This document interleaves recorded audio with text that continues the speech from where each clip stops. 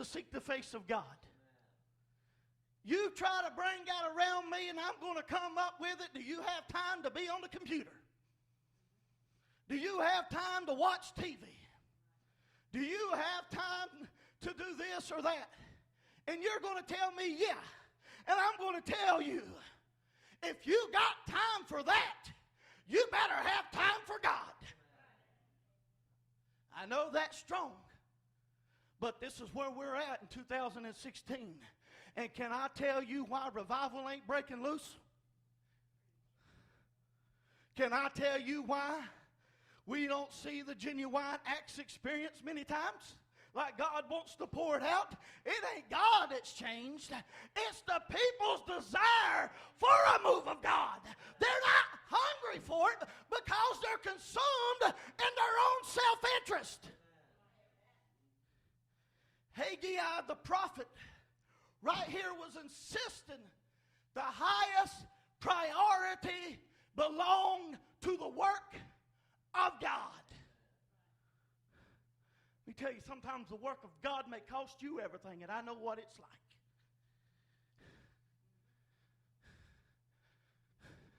And if you're not willing to lay everything down for God, then I got a question. Where's your priorities willing? It may cost you everything, but it ain't going to cost me my soul. I'm telling you, Haggai was insistent, telling these people, the highest priority that you have is the work of God. Can I tell you something tonight? Their houses perished. You say, I'm working for a mansion. If God blesses you with that, that's great. But let me tell you something. That mansion is going to rot to the ground one of these days. Those efforts, that $1 million that you're so craving, let me tell you, if God blesses you, it's meant to do His work with. Uh-oh. That $1 million that you want to put in the bank account can go in just a moment's time with just one little stock market crash. And you know everybody could be broke. We could be like Venezuela in a minute. $150 for a carton of eggs. It don't take but just a split second and everything could be gone. Everything you in this world, why do you think Jesus said, lay not your treasures upon this earth where it can rust and corrupt and the thief can steal it. But lay your treasures in heaven where it will not rust, where it will not corrupt, where the thief can't get into, because all of heaven is well guarded with the King of Kings and the Lord of Lords. And I can tell you there ain't going to be a thief that tries to come in there, because it won't be long he'll find himself getting kicked out again. You know, people say, oh, the work of God is not the highest priority. Oh, we got other things to do. Well, even Jesus even alluded to the fact that the work of God comes before anything else. You study Jesus, you'll find out where his priority was at. In John 4:34, Jesus said unto them, my meat is to do the will of him who sent me. And to what? Finish his work. In John 9:4, I must work the works of him who sent me while it is day. The night comes when no man can work. If you want to know what priorities is, look at the life of Jesus. 13 years of age, where was he found? He was found in the temple. He said, I'm about my Father's business. I'm telling you, people think this is just a game. This is not a game tonight, folks. You're here for just a short season. Life is just for a moment. It really is. It don't have an age limit upon it. We don't know how long we're here. In just a split second, anything can change. I may be walking fine right now, but when I leave here, they could be carting me in an ambulance. Something we just never know. And people think it's just going to go on forever. I got news for you. It's not going to go on forever. This body here is not going to last forever. This system of this world ain't going to last forever. I'm telling you, I believe it's at a boiling pot tonight. I believe the cup of iniquity is running over. And I believe the King of Kings and the Lord of Lords is about ready to say, enough is enough. People don't see it. Oh, everything's going to go on. It's not going to go on. Folks, this age has an end to it. Your life had a beginning, and it has an ending on this earth. People don't want to believe that, but it is a fact. People think like, oh, I'm going to be here forever. No, you're not. I didn't mean to bust your bubble, but it's just a fact. It don't matter. I've looked at it like this every day I get older. I'm almost 40 now. I think, Lord, I'm just that much closer to being with you. I'm just one breath closer to seeing you one of these days. Some of you may think I'm crazy, but it excites me to the idea of going on to glory. I tell somebody I want to meet everybody there. But let me tell you, this world ain't going to last. And people think we'll put off the neglect of the things of God. Just as in Ephesus. Let me tell you, one I'm going to hit a little bit. It don't begin in the world. The works must begin in the house of God and go into the world. Judgment begins in the house of God before it goes into the world. Amen. Let me tell you, the world didn't love him. So the world couldn't forsake him because they didn't love him to beginning with. If they'd have loved him, they'd have been in his house. No, Ephesus was a church. It is a picture of many today that have left their first love. Same people today are lovers of pleasure more than lovers of God. Didn't Paul tell Timothy that in the last day they would be lovers of pleasures more than lovers of God? He didn't say they didn't love God. He just said they loved their pleasures more. Hey, that's a violation of the first one. Thou shalt have no other gods before thee. People don't realize it. People have no concern about the works of God. They have no prayer life. They have no word life.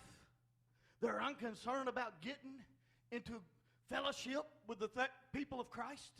It's not a priority to people no more. Oh, but those same people tell you they want to see a move of God. I'm going to bust your bubble. People ain't going to see a move of God until you get back to your first love. You ain't going to see a move of God until you get back into the altar and crave his presence. Too many times we want to crave the power of God. I guarantee you I'll get 100. Everybody in here, most people in here would raise their hand for they want to see the power of God. Well, let me tell you, you can't have the power of God without the presence of God. If you get the presence of God, you'll have the power of God.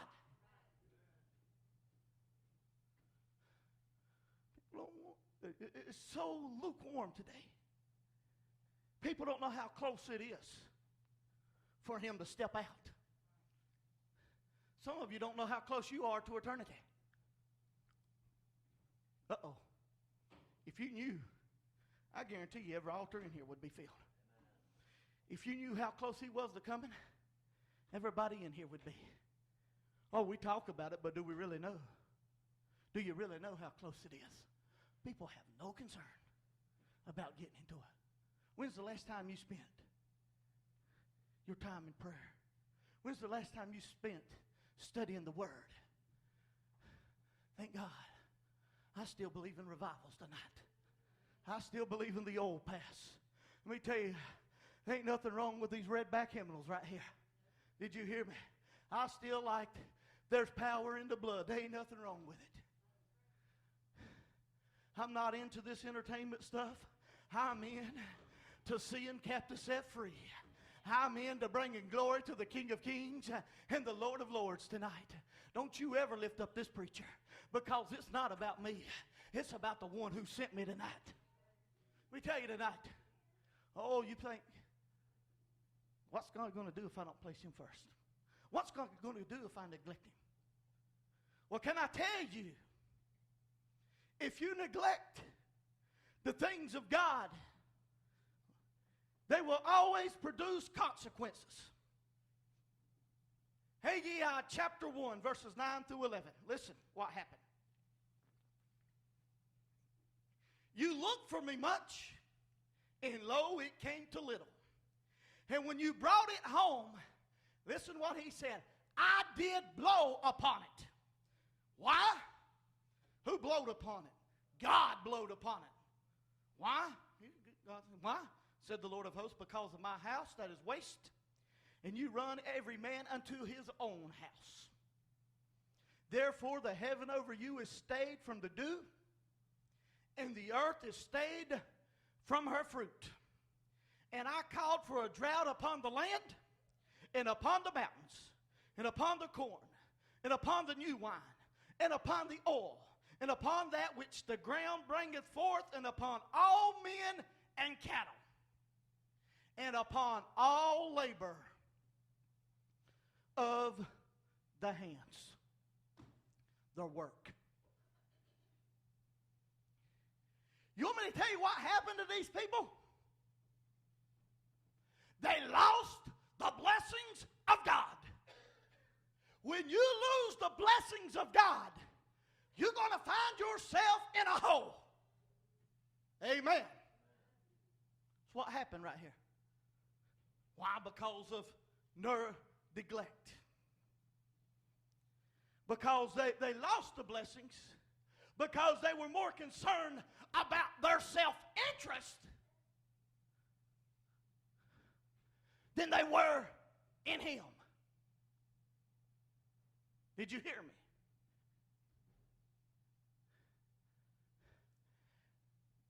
Remember what Jesus said, that if you seek ye first the kingdom of God and his righteousness, then all these other things shall be added unto you.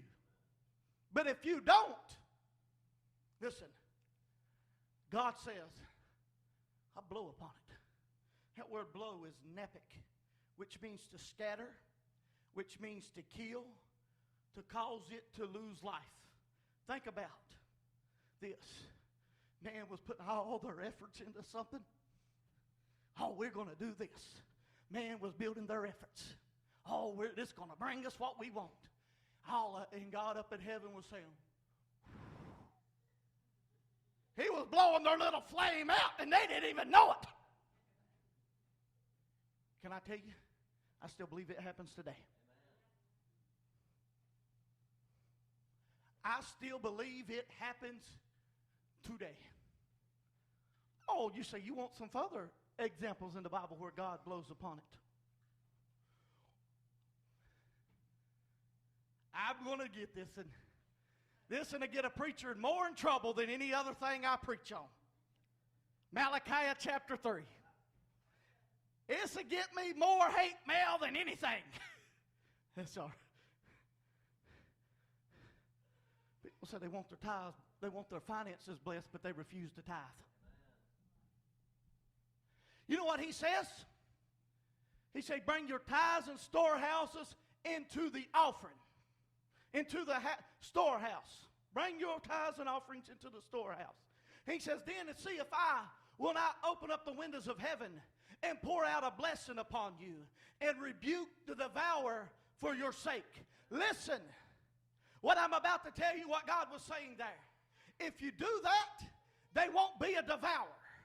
But if you refuse to give unto the tenth what belongs to God,